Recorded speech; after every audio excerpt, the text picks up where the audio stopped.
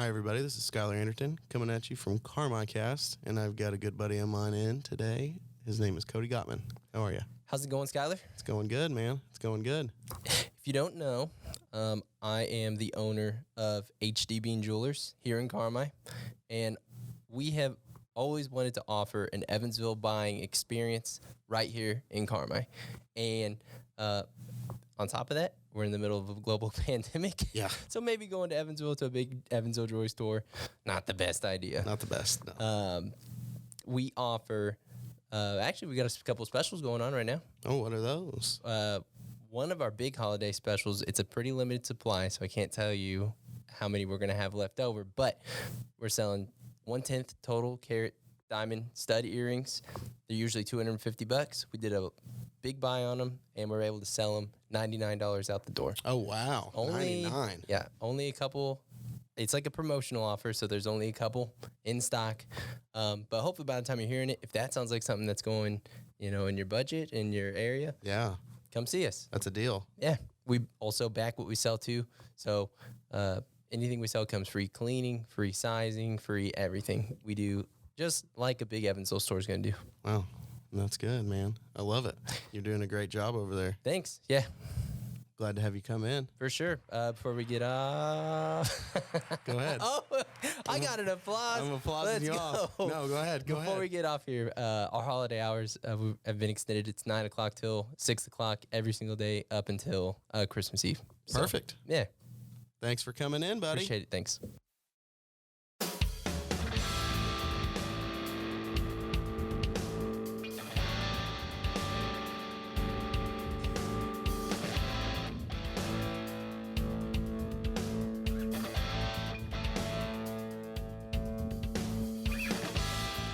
Hello, everybody, and thanks for tuning in to our first episode of Carmicast. Today, our first guests are Mark and LeAnn Rogers, right here from Carmi. Hi, guys. Hey, we didn't. Good morning. So, I was sitting around last night and I was trying to think when or even how I met you guys, and I'm assuming it is like I meet a lot of people in Carmi, and that's from coming into the restaurant. Would you guys agree with that, probably? As far as I know. Well, I see people come in, and you see them at Walmart or around town, and then you're like, hey, there's the guy that comes in and eats on Thursday nights, and they look at me like, oh, that's the Gotsy's guy. And We used to come in a lot after church for the buffet. Yep. Your wonderful buffet on Yeah. Sundays. That COVID got us on that. I know. And I hope it comes We knew back. your one mother day. for a long time before we knew you. Didn't she teach Kyle? Kyle. Mhm. Yeah. Yeah, she was our Yeah. oldest Always thought a lot first of or her. second grade teacher. Yep, my mom was Mrs. Weiss. For those of you who are listening that went to Carmi, she taught second grade for years, and then I don't remember if she did tag first or reading recovery first, but she started with one of them and then ended up doing both of them. And then I think her last year they moved her to a fourth grade classroom. Now she's retired and she is my full-time babysitter. All right. Can't beat that. That's the Watching Hooky. Oh yeah.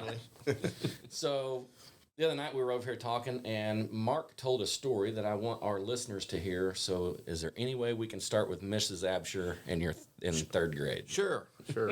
Since it's around Christmas time, it just yeah. kind of Yeah, this has to do. It's a Christmas story. it's a Christmas story for sure. It's one of the best Christmas stories I think I've heard. Well, grew up oil field trash. We moved around a lot, and I was born in Kansas, and we lived in Illinois and Nebraska. And we were living in McCook, Nebraska, which is in the southwest corner of Nebraska. And I never did like school. All from kindergarten to my last day of college, I hated school. Never did like it. Sorry, but it wasn't for me. I didn't want anything but out of there. And I had a third grade teacher named Mrs. Absher. And Mrs. Absher played bridge with my mother in bridge club. And my dad worked with her husband in the oil field. So everything I did at school got home to my mom. And I would get in trouble at school, I'd get in trouble with mom, and I'd get in trouble with dad. So I was not a fan of Mrs. Absher. She had a big mouth. She was a tattletale. I had a few teachers like that. Yeah, I think we all have. And, I was almost a perfect angel, but not quite. But I just kept getting on the bad side of Mrs. Absher, and she didn't like me, and the feeling was mutual. And but it come time for Christmas, and everybody always got the teacher a present back then, and we would wrap them up and put them under the class Christmas tree. Well, I thought to myself, what could I get Mrs. Absher to convey my affection for her? And I had a really nice blue racer pet snake that I had caught or somebody gave me. I had a lot of snakes when I was a kid. I always liked them. And in the wintertime, it would go into hibernation, and I would coil it up and put it in a little cardboard jewelry box with the cotton in the bottom of it, and it'd stay there all winter and be just fine. And I thought, who wouldn't like to have a beautiful blue racer snake for Christmas? I know I would. I would not. Yeah, same. I wrapped it up and put a bow on it and put a tag on it for Mrs. Absher. And the morning came when she went to open her presents, and we set two to a desk at that time, and the friend of mine was sitting with me. When she got close to mine, I said, watch this, it's going to be good. And she opened that box and screamed bloody murder and threw my snake plumb to the ceiling, which we had at least 10-foot ceilings back then. And I was worried about the snake. I was afraid she'd kill my snake. Or killed her snake anyway. And she ran out of the room screaming bloody murder and ran all the way down the hall screaming at the top of her lungs. The whole school came out in the hall to see what they thought somebody had been murdered or something. And well, here come the principal. And he took every one of us out of the class one at a time to find out who put the snake under the tree. And of course, I didn't know nothing about it, you know. And well, my good friend ratted me out, and I got whipped by the principal, got yelled at by Mrs. Absher, and before I got home, she had called my mother and told her, and then she called my dad and told him, so I almost got murdered over that snake. Several whippings for one offense. Yeah, it was double indemnity, they call it. I don't know. That's probably not the word I'm looking at. But when you get tried for the same thing more than once. Double jeopardy. Double jeopardy. There you go. But anyway, I finally made it out of the third grade, and we left McCook, Nebraska when I was in the sixth grade, and moved to Alney first and lived up there 4 years, and then moved down to Carmi my sophomore year in high school. And I made it out of high school just barely, and went away to college up at Alney.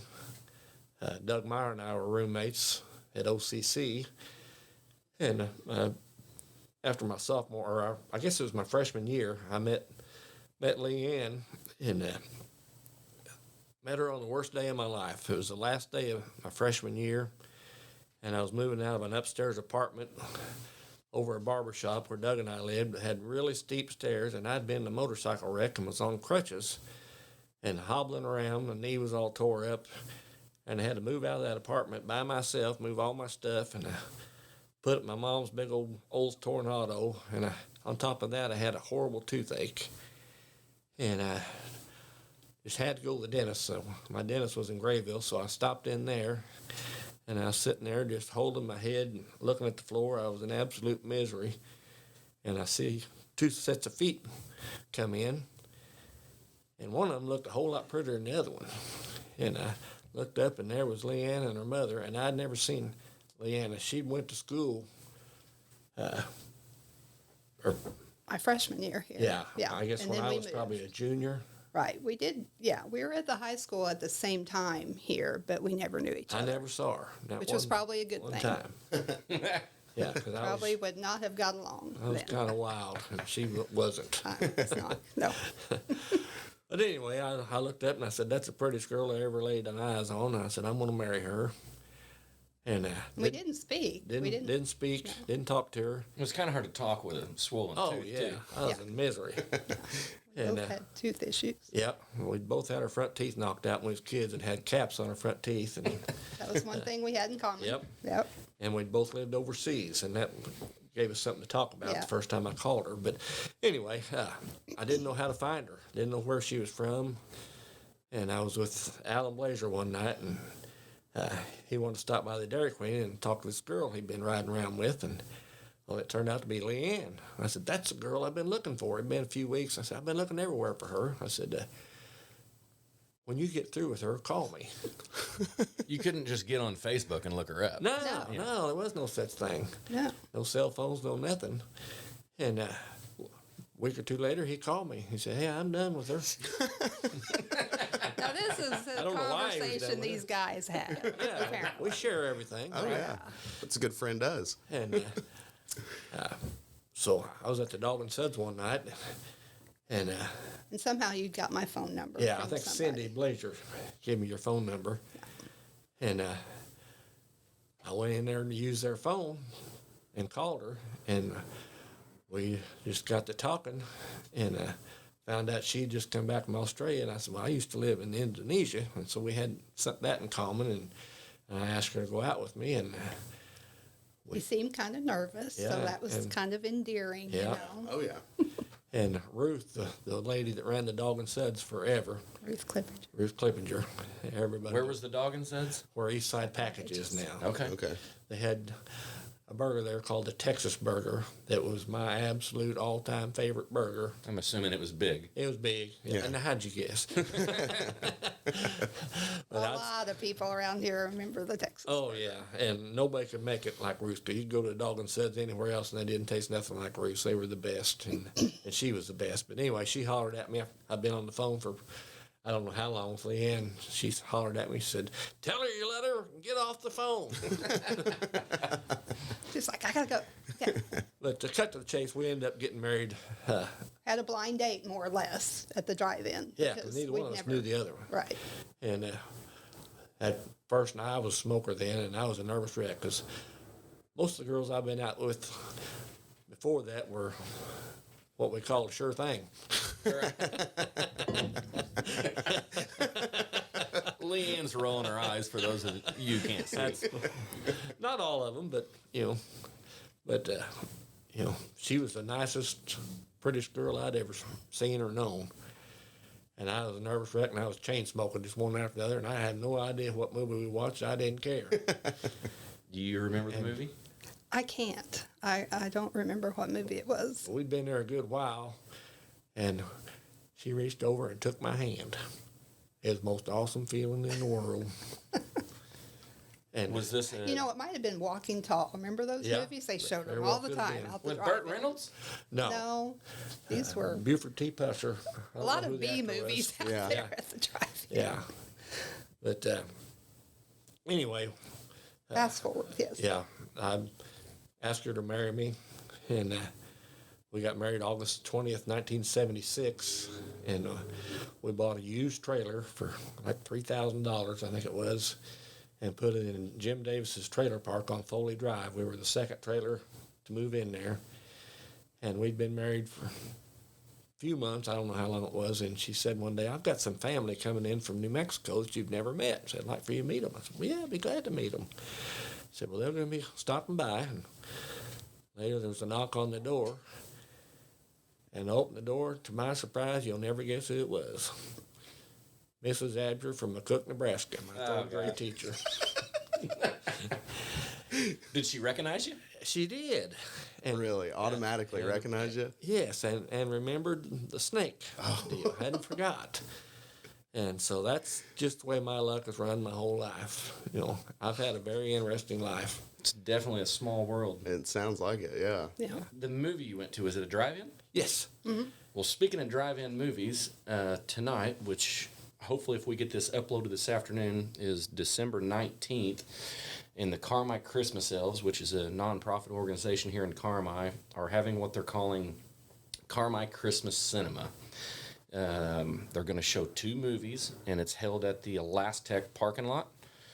At 5:30 is the Star, and at 7:30 is the Polar Express.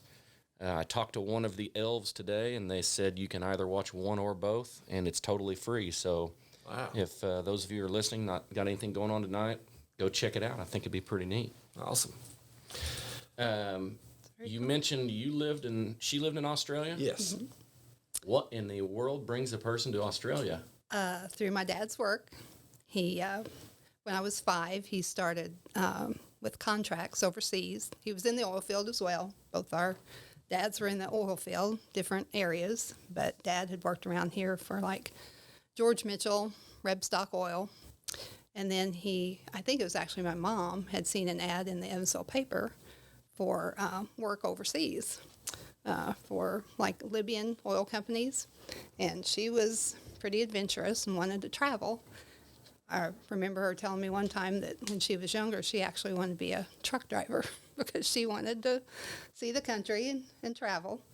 But I would fall asleep, I think, driving that long. and he drove for years, Yep. which, I never would have thought he could have done that either. But anyway, I can't drive to town without falling asleep now. saw this ad in the Evansville paper, and he went over there for the interview and got the job. So when I was 5, he would sign contracts for like 2 years. And the first time we moved to Tripoli, Libya, and my older brother and sister were with us then. And so for 2 years we did that, and then would come back here until he'd renew his contract. And then we went back a second time, and then by that time, like, I was the baby of the family. I was kind of the Accident. slip. Yeah. So my brother and sister were both like 12 and 14 years older than me. So by You were that the time, oops. I was the oops. Yeah. So they stayed here the second time. So after that, when we went back when I was about 7 or so, from then on, I was kind of like, the only child being raised. But so we went back there a couple times, and then finally in 73, I was a freshman in high school. And he signed a contract with a company out of Texas to drill water wells in Australia. So, of course, in high school, So you had two-year stints in Australia then? just one. Just one. Yeah, this was for a different company. Yeah, when he worked overseas, it was for a Libyan oil company. So they did it a little bit different. So, no, his contract down there, we left in like July of 73. And came back, it was more or less like 18 months, 20 months. We came back in 75. Would you ever go back to visit? Oh, Mom did. After my dad passed away, I'm trying to figure how old she would have been then, but she had some friends down there. And I still keep in touch with a couple people down there Well, through that's cool. Facebook, which, when you're down there, it's like, who would ever have thought that I would be able to do that, Oh, yeah. Because, I mean, back in those days, it's writing Pen the pals. letters. Yeah, I and- remember having pen pals in school. You'd write a letter and Right. wait a couple of weeks to get one back. Yeah. Now I just, get on Messenger and can, message him back. But she did. She went back on her own, made that trip, and she was in her 60s, I Yeah. assume, late 60s. Yeah, because it's a long trip down there. Oh, I couldn't imagine. It's How long of a flight is it? totally, it's like 27 hours or something. Like, by the time you leave, if you count them all up, by Yeah. the time wherever you have to fly to St. Louis and then to L.A., that was our route, and then to Hawaii. Honolulu, Yeah. and then to Sydney. Wow. Yeah, it's a long way down there, but it's an awesome place to Oh, I'm visit. sure. And yeah, would love to go back. And you said you lived in Indonesia? Indonesia, on the island of Sumatra. My dad worked in the oil field over there for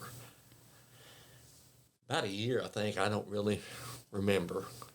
And the company he worked for just cleared out the place out of the jungle, bulldozed all the trees back, and put up a bunch of prefab houses that were really nice. It was a nice house to live in. But there was a kind of a buffer zone between the houses and the jungle. It's my recollection, it might have been 50 to 100 yards of cleared off ground, and the jungle was thick, And Was he always saying, stay out of the jungle? I don't remember them. You wouldn't have listened anyway, right? No, probably not. No. I feel like you have to explore the jungle if you're by the jungle. Yeah, it was an interesting place. I remember riding with my dad. He had a Land Rover, like a Toyota Land Rover, or whatever you call those things, like a Jeep type thing. Fancy Jeep. Yeah. And we were going out and checking wells one day, and we were going down all the roads were just mud. And going down a mud road, and he said, well, blankety blank, there's a tree fell across the road. And he stopped and going to get out and try to get it out of the way. It was about a foot around, looked like. And he got out there and the tree started moving. It was a snake. Oh my God! Like a boa constrictor? No, python. Oh, Yeah. no. Absolutely not. Like I don't know what kind of python, maybe it was a big one. I'd have been back in that Jeep in half a second.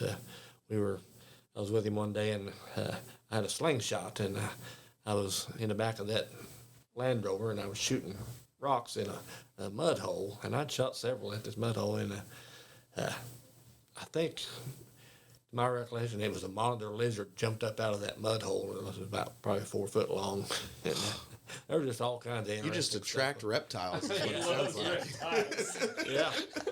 Yeah. You should have wrapped it up and gave it to your fourth grade. Yeah, I'm surprised. I'm surprised you didn't try and put the boa in the truck with Yeah. you. Right. But anyway, back to the gist of the story.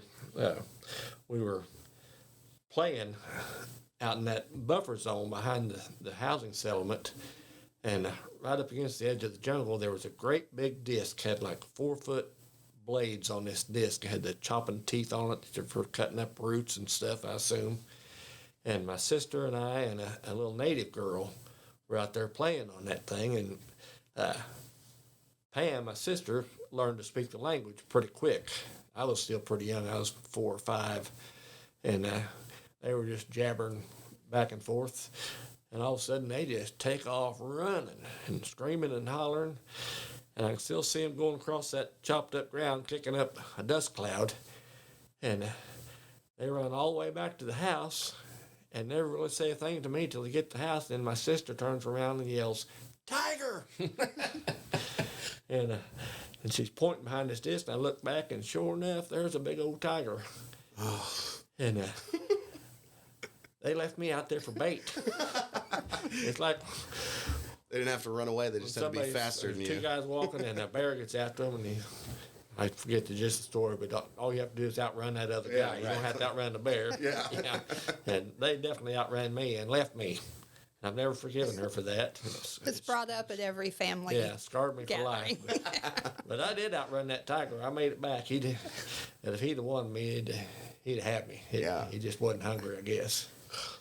But we've had interesting life. Sounds interesting. Yeah. Are you still teaching guitar? Not at the moment. I shut it down. Well, you shut it down the beginning of COVID, like back in March, for a good while. I Yeah. guess until about May, Yeah. when everything started opening back up, and then did it up until, I retired the end of October, and then we took a trip for about 3 weeks. So it was right before that. He was telling these students, we're going to be gone for a little while, but planned on starting when we came back. But then when we came back, things, COVID had gotten yeah, Right. a lot worse. lot Do you think closer. you'll pick it back up after Oh, this yeah. mess is over? Yeah. And I lost my job March 29th due to COVID and the oil field going to pot. I got laid off, and I was going to retire in February anyway, so I just went ahead and signed up for Social Security, and the guitar lessons were always just, little extra money. Yeah. Yeah. How many students did you have at like one time? Well, the most I had was right when I quit. I had 33. Oh, wow. And when I got laid off, I had maybe 10. I don't know. Yeah, it changes all the time, but Yeah. it has definitely grown from. You know Mr. Krogan? Yes. Is it Mike? Oh, yeah, Mike. So Yeah. he taught me when I was young. Yeah. I should have stuck with it. I could have been in the leftovers. That's right. But anyway, we've always been Christian people, and the Lord has always looked after us and provided us for our needs. And time again, when we would need something, it was there. And when we lost my job, just out of the blue, people started calling for guitar lessons, and it tripled what we had just in a few months. And Nice. big help. Yeah. Yeah. But now we've had to shut it down again because I don't want anybody. We have a lot of parents and kids come out there, and a lot of times they got brothers and sisters with them, and aunts and uncles, and having a crowd in a fairly small room is not a good thing. So, Yeah. for safety's sake, we've shut it down till at least till we come back in March. We're going to Arizona for a couple of months here after Christmas, and but looking forward to getting back at it. We really, really enjoy teaching, and we mentor our kids on not just with guitar, with On life. on life. We Yeah. give them a lot of life lessons, and we talk about Jesus. I tell every one of my parents when they first come in the door, everybody gets the same lecture about how it works and what's required, and I tell them, I said, I'm a Christian. I share my faith with my kids and their families, and I don't care what church you go to, even if you go to church, it makes me no difference. I just want to tell you what God's done for me, and He changed my life, and I want that for everybody. I don't want anybody to miss heaven. And I get kind of gruff with them. I said, if you got a problem with that, that door opens just the way it came in. You can go out it the same way. You won't hurt my feelings a bit. If you don't want me talking to your kids about Jesus, there's the door. I'm assuming you had no problems with any parents Not a one. until you gave them snakes for Christmas. Yeah. No, not a one. It's been awesome, and we've had so many talented kids, and we take them out and play the live gigs. We did till this came along. We played the nursing homes twice a month. We played Gotzi's one time to a sold-out crowd. Yeah, but there were people having to stand behind the bar to watch one night. Yeah, yeah. And we played all the fall festivals in the area, Corn Day, Mule Day, and Dairy Day, and we've done a lot with them. They've been on television, been on the radio, and a couple of my kids have made albums, and Peyton Dale's one of them. Jared Barton's got some songs cut, and got some very talented kids I'm very proud of. Yeah. It's amazing to see when they come in, if they're, really shy, like me or whatever, not wanting to even, maybe even look at him or talk to him. And then we've got microphones out there, and he won't do it right at first. But That's the problem of having a studio right next to the ambulance Police department. station. Yeah. But put that microphone in front of them, and if they play a song, and then it just gives them just a little bit more confidence, and you just see it, go on Good from feeling, there. I'm sure. Yeah, yeah. Well, before we tell the listeners the name of that group, let's start with, because I'm assuming the way you named the group, the kids, stemmed from the Leftovers. Yes. So let's tell everybody how the Leftovers come about, I think. Okay, I like them. I've got a story for both names. Imagine that. Yeah, you're kidding. I played in bands for several years, and I wasn't really playing with anybody at the time. We had a bluegrass band with Scott and Debbie Kittinger, and Mike Gott was in it for a short while. And but anyway, I was a truck driver for about 12 years, and I was out in Kansas somewhere, and Tony Gott called me, and he said, Mark, I'm in a bad mind. He said, Corn Day's my biggest day of the year, and he said, one of my bands has canceled on me right at the last minute. It's like 2 weeks before Corn Day. He said, you think you can put a band together and play up here for Corn Day?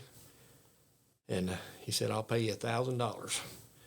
I said, you betcha. There's a cricket. But, so I called Scott Kittinger, and I had played, Jason Smith and I had played a gig up at Grayville Oh, that's right. with a guy from Grayville. I can't remember his name. We played at the Eagles or something up there.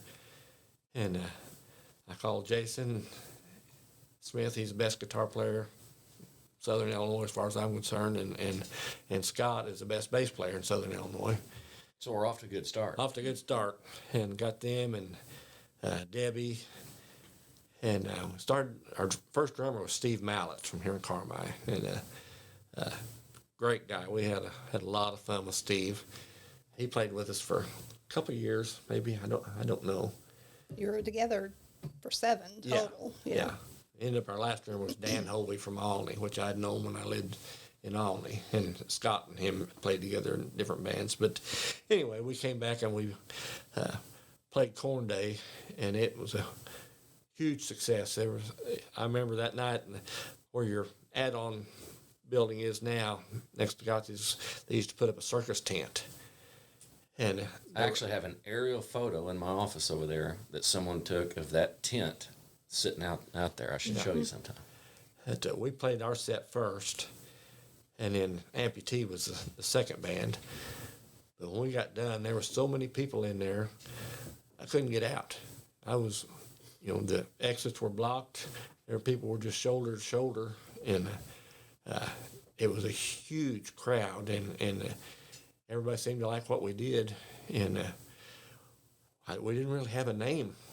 You didn't then, I don't think. It wasn't until you went back and played. And Tony had us come back and play for a gig right after Thanksgiving. And he said, "You guys don't have a name." I said, "No, we don't really have a name." And it was going to be the day after Thanksgiving. He said, "Well, how about you call yourself Leftover Turkey?" I said, "Sounds good to me. I don't care, So the first gig there was we were called Leftover Turkey. And he put up a little marquee sign, one of those digital things that scrolls, And the next time we played up there, it just said the Leftovers. So that's how we got to be the Leftovers. That's funny. And the appetizers deal, we call our kids when we play the appetizers. And we were playing at Wabash Christian one night, and one of the aides walked through there, and she said, "You played with the Leftovers, did you?" I said, "Yes, ma'am, I did." She said, "Well, you don't have a name for your group." Said, "How about the appetizers?" I said, "Well, that's perfect." And so I like it. We've been the appetizers ever since. Yeah. So how did we come up with Order Up? Well, that's my wife and I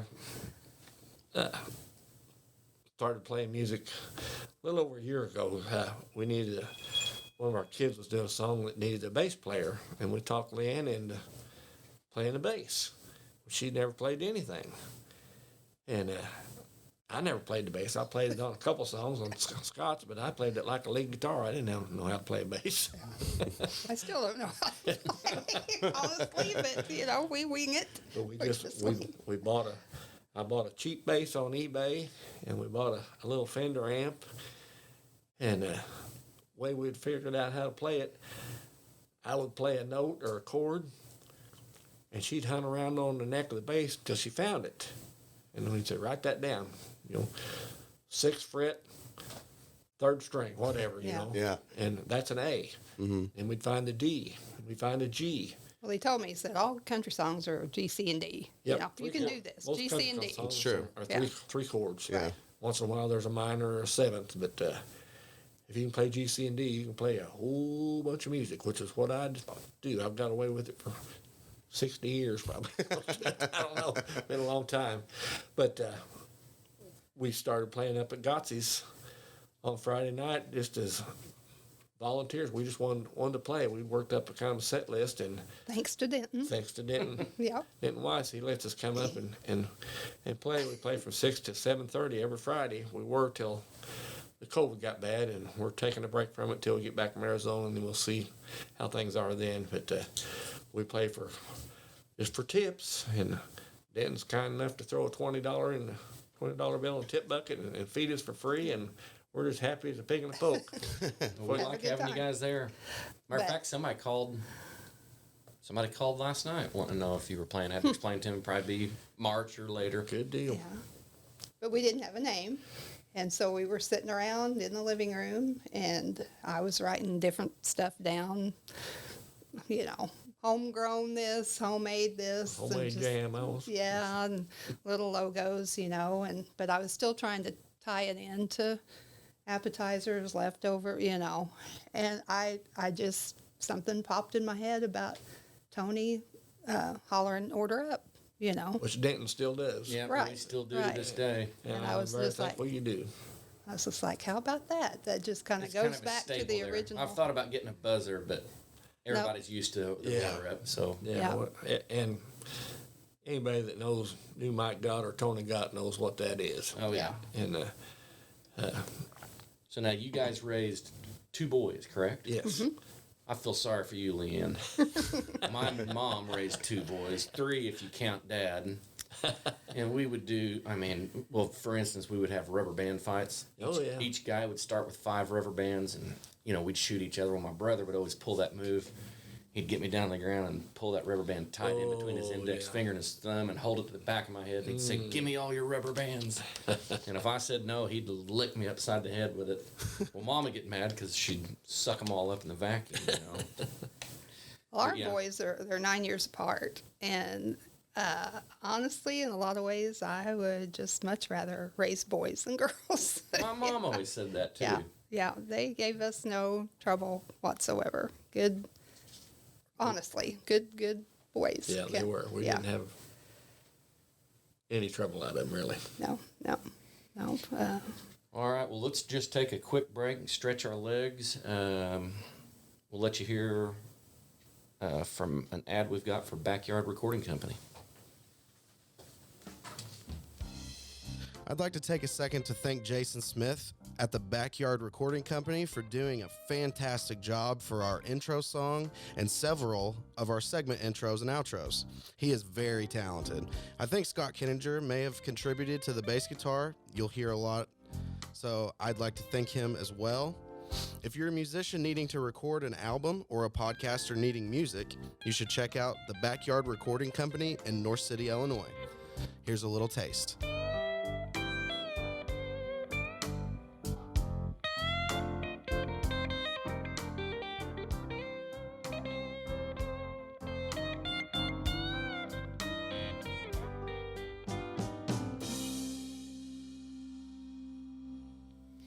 All right, so we're going to be playing games with most of our guests, but since we're kind of getting close to the new year, we're going to do something different with you guys because there's a segment we want to get done, and we hope to do this segment every year, but this year it's going to be called 2021 Artifacts. In the year 2000, kids were being born that would never see or understand phone books, encyclopedias, movie rental stores, corded phones, TV guides, and VHS tapes. In 2021, what will kids being born grow up to never understand or see? This is 2021 Artifacts. So, quick story before we get to playing, and this has probably been, 3 or 4 weeks ago. It had rained a lot, and I was leaving my house. I had Finley in the van with me, and we were going to pick Huck up, and there's a bunch of water over the road, a great big water puddle, according to her. And her and Huck both like it when I drive fast enough to where the water splashes up over the windows. Who don't? All right, yeah, what kid don't? So anyway, I ran through it. Of course, she's laughing, and I explained to her, I said, me and your Uncle Dustin, when we were kids, used to love driving through these big water puddles on our 3-wheelers. And she looked at me kind of funny, and she said, "You mean 4-wheelers?" And I started laughing. I could tell by the look on her face she had never heard of a 3-wheeler. Yeah. So I had to pull it up on my, modern day phone that we didn't have back then and show her pictures of a 3-wheeler. And she's like, "Well, that's kind of like a tricycle, like a 4-wheeler, but a tricycle." I said, "Well, yeah, that's kind of exactly what it is." Right. So I'm going to start with number 1. Kids born in 2021 will probably never see a 3-wheeler. Yep. And I'm going to guess, I don't even know are they making them anymore? No, I don't think so. And I think that they've made them like where they're super illegal, right, even because they're so dangerous. Compared to a 4-wheeler, they're dangerous. So we're going to try to come up with 10 things that we think kids born in 2021 will never see. Can you think of any? Magazines. That was number 2 I had on my list. Really? I agree, and I think it's because everything's going digital. Mm-hmm. I think you'll the big tabloid magazines will start phasing out. For one, they've got to be expensive to print. Yep. And everybody's on the go. It'd be easy just to boom, hit the download button, and you got the magazine, if you want to call it that, right on your phone. Yeah? Yeah. So there's 2. He's really good at stuff like this. We used to play Trivial Pursuit. Oh, yeah. Mm-hmm. And he'd be like, "Oh, I don't know." And he'd spit the answer out. And it'd be, That was back when I had a brain, though. Before the tiger scared it out of you. Yeah. I had on my list gas engines. There's a lot of cars already switching to, battery powered, and they're getting better and better. It would not surprise me. A kid born in 2021 would be driving in 2037? That'd be 16 in 2037. I'd say most of them would be Yeah. close to battery powered, if not hybrid. Yeah. You can't do burnouts with a battery powered car. No, It's just not as fun, is it? no. No. Those Teslas do go pretty quick off the brake, though. Keep your Priuses out of the left lane on the interstate, please. Yeah. Don't get out there and camp out in the left lane with a Prius. Oh man, nothing makes me more mad. It wouldn't surprise me by 2037 if they were self-driving. Absolutely. They've already got some now. They've Yeah. got some delivery trucks that are self-driving. I heard. Yeah. We might be able to even add driver's licenses to this list then. I think Walmart just actually bought a huge shipment of the Tesla self-driving semi-trucks. Oh, really? A big fleet of them that they're supposed to be putting out like 2022. They're saying that that's going to be their only thing. Wow. I would doubt it. Self-driving. Pretty scary. Sounds safe to me. How about paper money? Yeah. I can see that going bye-bye. We've noticed this at Gotsy's, more and more people. We've been in it 6 years, and more people are using debit cards than they are cash. Which, if you get rid of cash totally, I mean, how's a garage sale going to work? I don't know. I know all the pennies and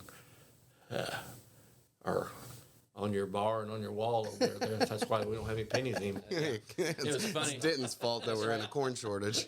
Yeah, a week after I did that logo on the front of the register stand, was when that coin shortage came out. Everybody's like, "You're the reason we're out of coins." That's right.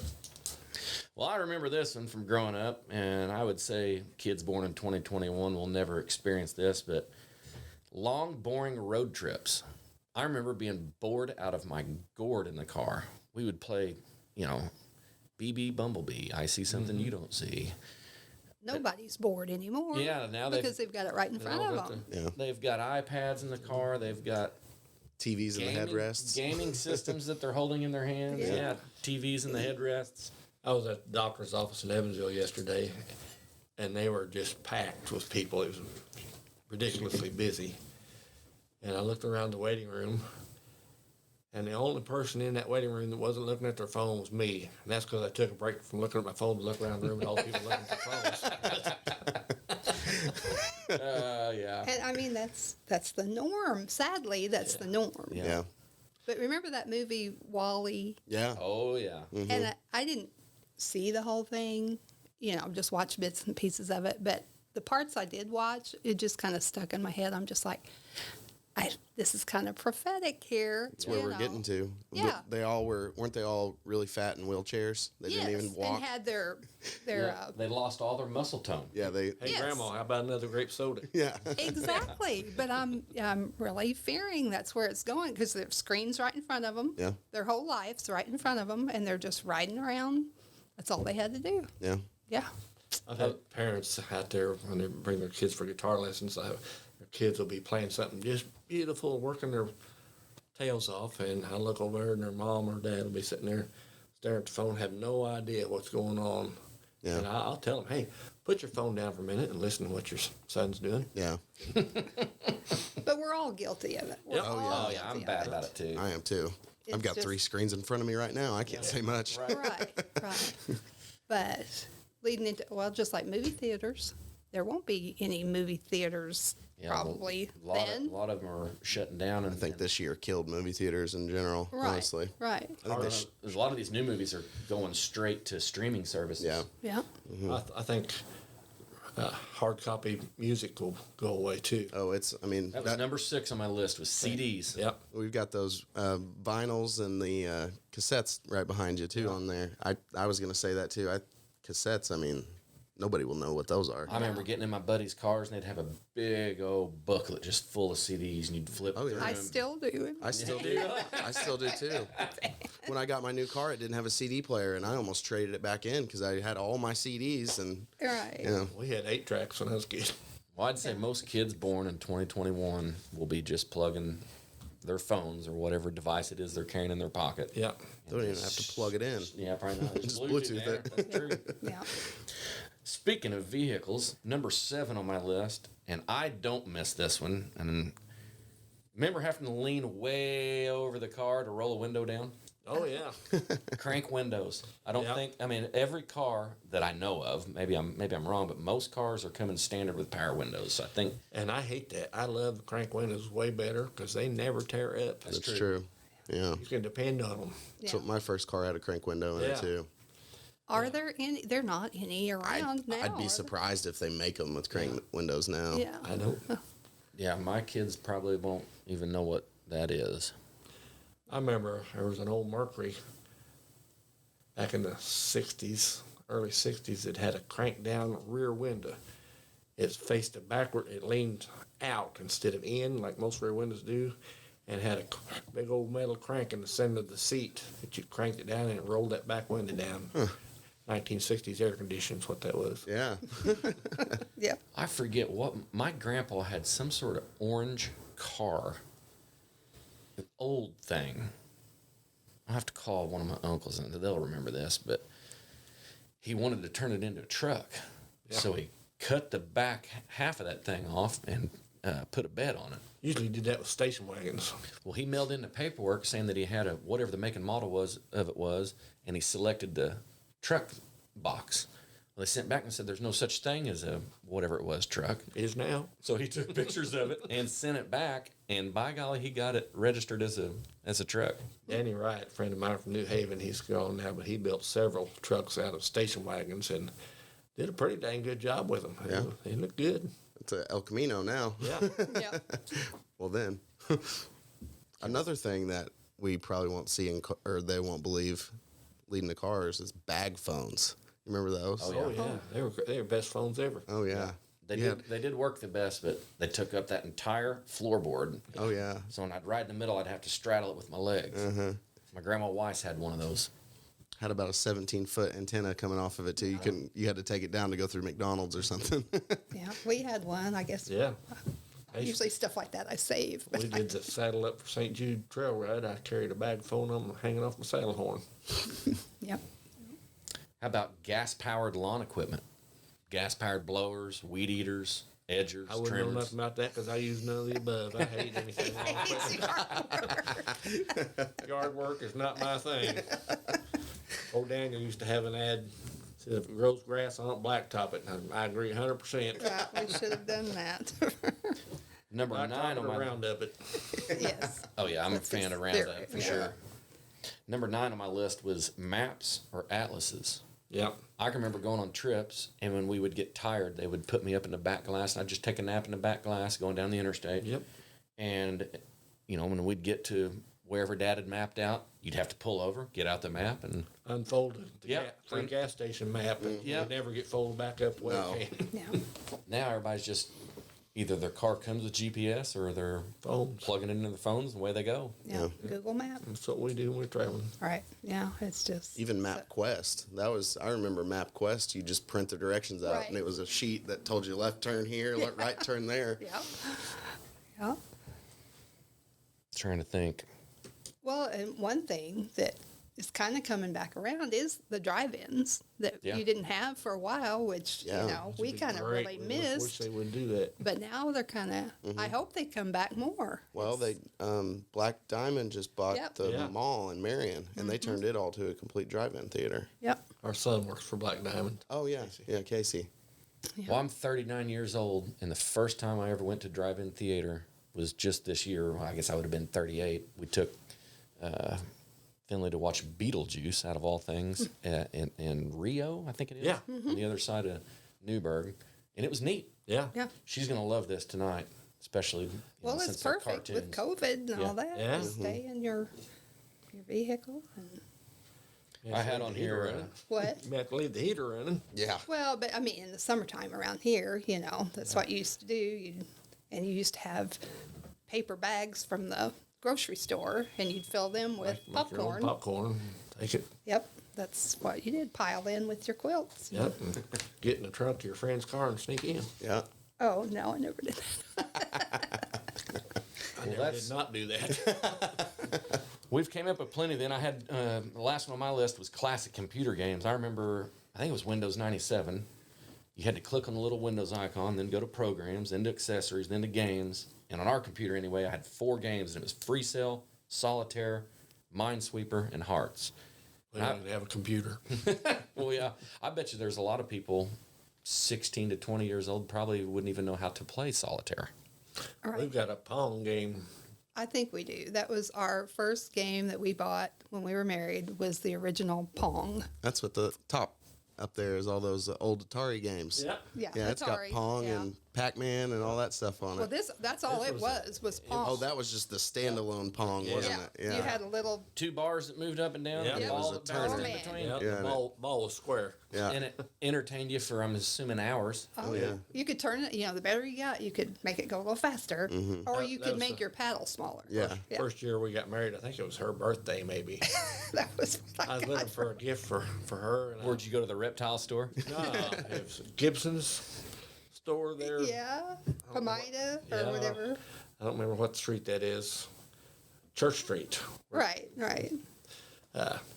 Anyway, saw this thing in there. I didn't know what it was, and it said Pong, and it was this console thing with 2 knobs on it, and it's a video game. That was the first video game ever. And I Yeah. said, well, That'd be perfect for surely me for my she'd like to birthday. have that for a gift. Yeah. I think that was more of a 50-50 gift, is what it I sounded like. think it's pretty much a 90-10 in my favor.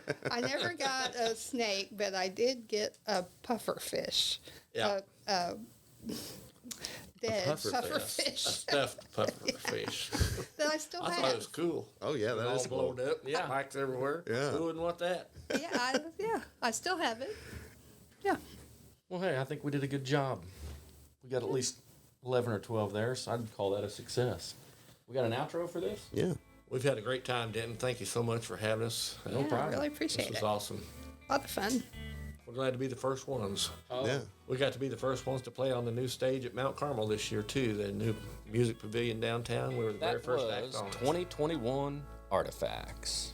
Yeah, we picked you guys because you have experience with microphones, so you made us sound better. Yeah. Well, Definitely. yeah, we appreciate you coming on. Thanks for being on the show. So for Mark and LeAnn Rogers, Skylar Anderton, and myself, thanks for listening. Thanks for telling a friend. And this has been Carmicast.